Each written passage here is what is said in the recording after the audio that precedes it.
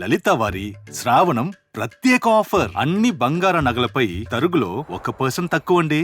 Diamond జ్యువెలరీకి క్యారెట్కు 5,000 తక్కువండి. ఇతర షోరూంల ఆఫర్లతో పోల్చి చూడండి. నగలు అలాగే కొనాలండి. సార్, ఇంత మంచి కార్యక్రమం జరిగింది. మహిళలంతా పెద్ద ఎత్తున కుంకుమార్చనలో పాల్గొన్నారు.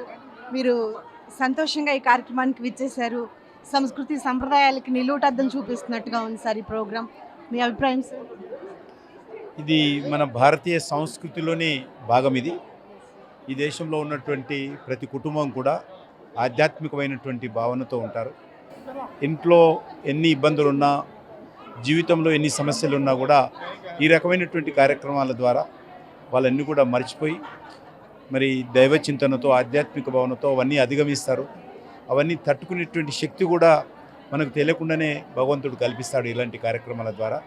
కాబట్టి అందుకే ఎంతమంది విమర్శించినా, ఎన్ని రకాలుగా మాట్లాడినా కూడా భారతదేశము ఆధ్యాత్మికమైనటువంటి దేశం అనేది గత అనేక వేల సంవత్సరాలుగా నిరూపమైంది. భవిష్యత్తులో కూడా ఇదే నిరూపం అవుతుంది. ఎంత మీరు విమర్శించినప్పటికీ కూడా ఈ దేశము అవునన్నా కాదన్నా అనేక మంది మహానుభావులు, ఋషులు, అనేక తపస్సులు చేసినటువంటి మహానుభావులు జన్మించినటువంటి గొప్ప దేశం ఇది.